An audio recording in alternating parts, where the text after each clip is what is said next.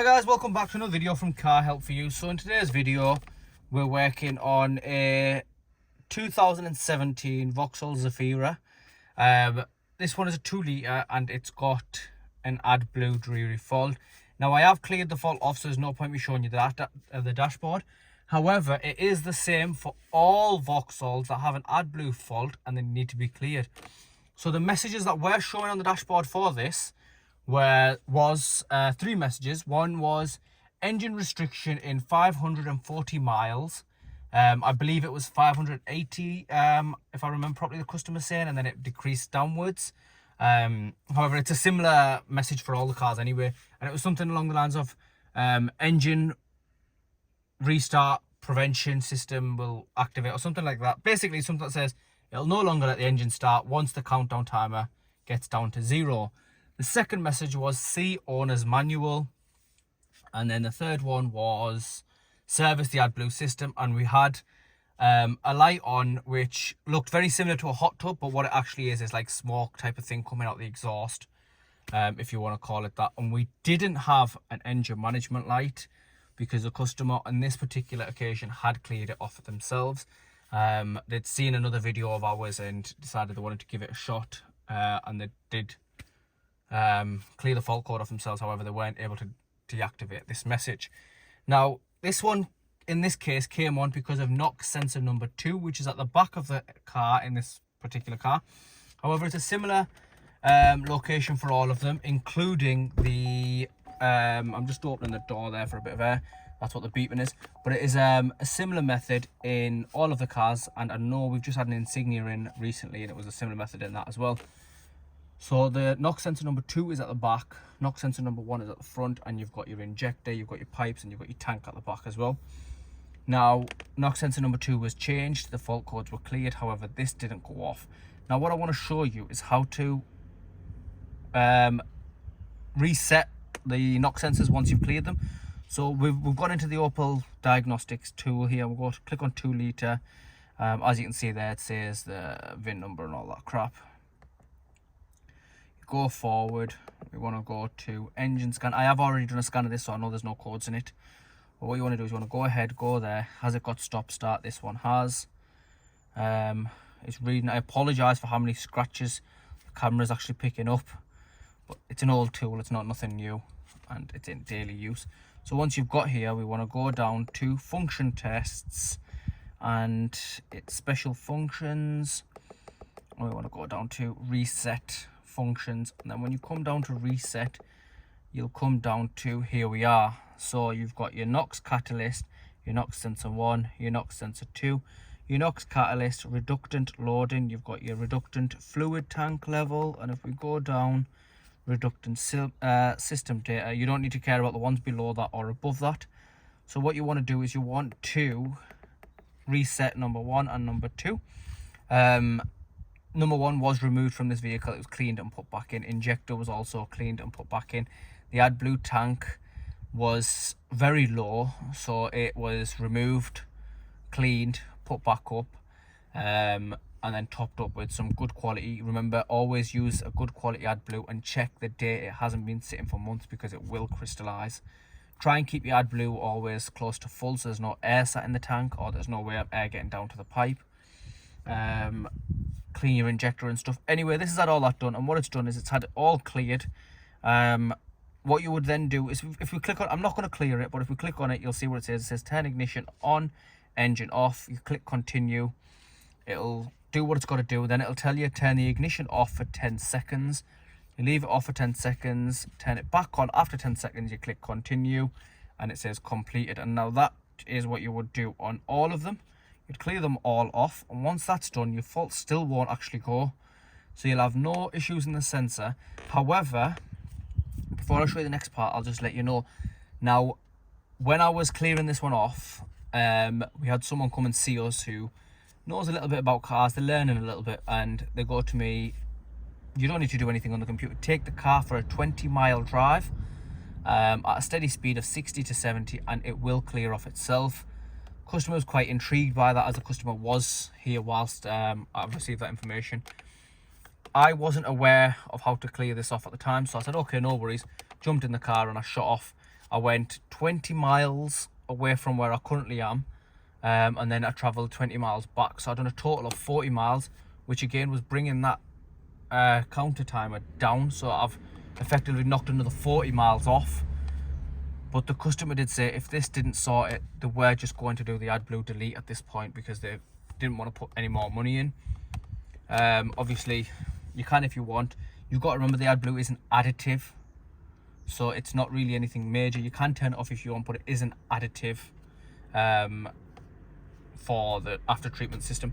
Anyway, the 20 mile, driving 20 miles and coming back and all that, it's a myth, doesn't work. Didn't even affect the car other than knocking the mileage off and draining the fuel.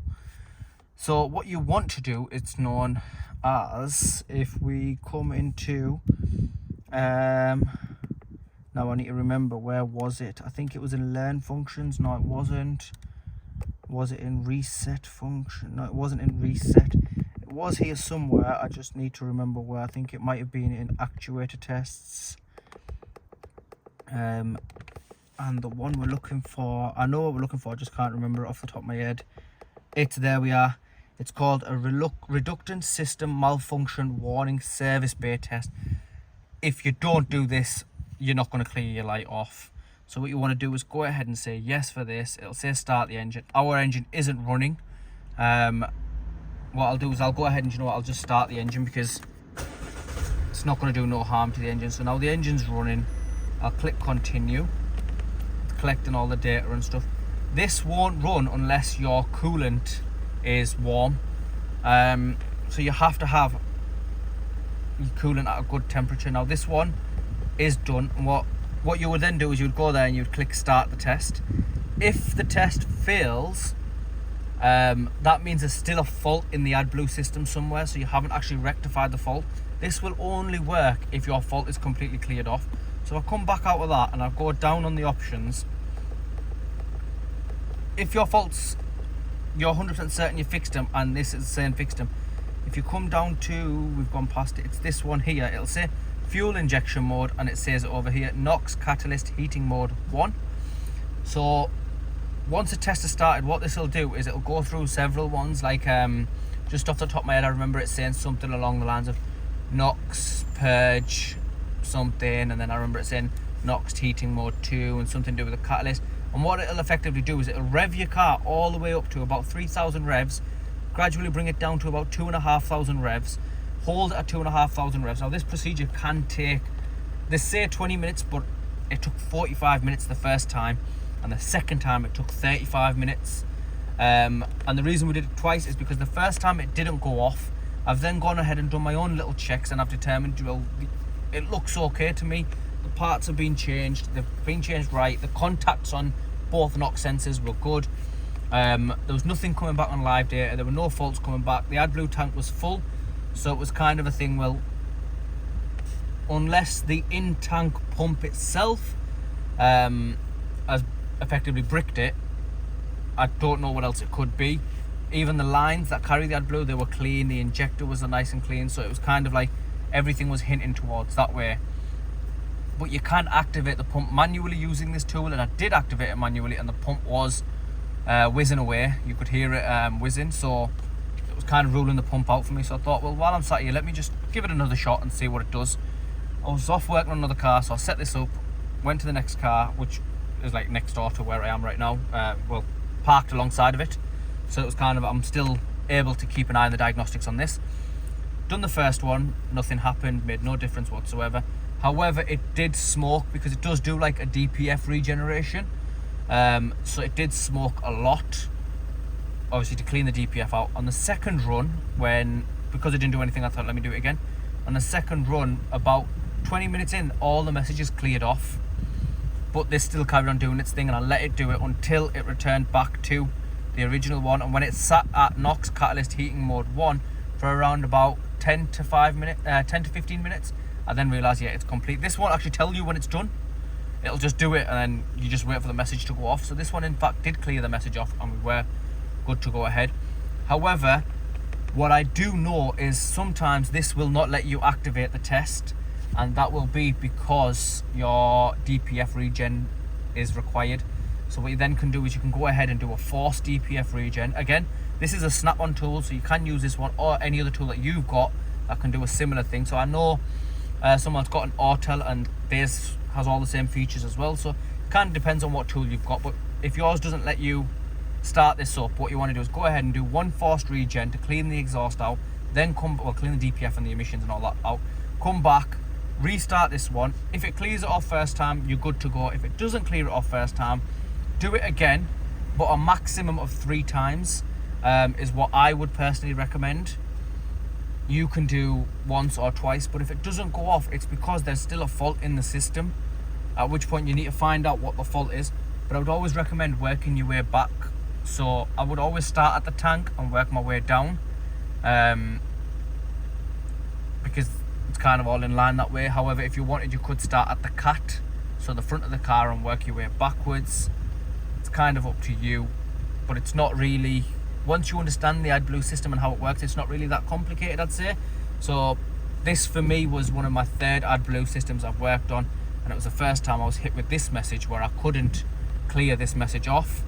So I did spend a lot of time, you know, asking about and doing my own little bit of research, and if you want, I'd say learning the Adblue system a bit more. It's not a complicated system once you learn it. However, the messages are annoying, and obviously no one wants a car to turn off when they're out and about. But once you've done all that, it'll clear off. Make sure, guys, the only advice I can give you is make sure you're using very good quality Adblue. Your car's not sat around for months on end with old Adblue sat in the tank. Just burn it off and refill it with new Adblue. Try and keep your tank as close to full as possible. Adblue has a date on it, so I would recommend don't buy it from petrol stations. Again, this is in the UK I'm talking about. I'd say don't buy it from petrol stations because they leave the Adblue out in direct sunlight, which affects it. Any air gets to the Adblue as well, that's what causes the crystallization. So I would recommend check the date and try and use it as close to as the date you're on. So if it's like the 1st today, try and get it as close to the 1st as possible, rather than getting it that was like 8-9 months old, because obviously it will affect it. It only has, if I'm not wrong, I think it only has a life of 6 months, so you do want to be on that.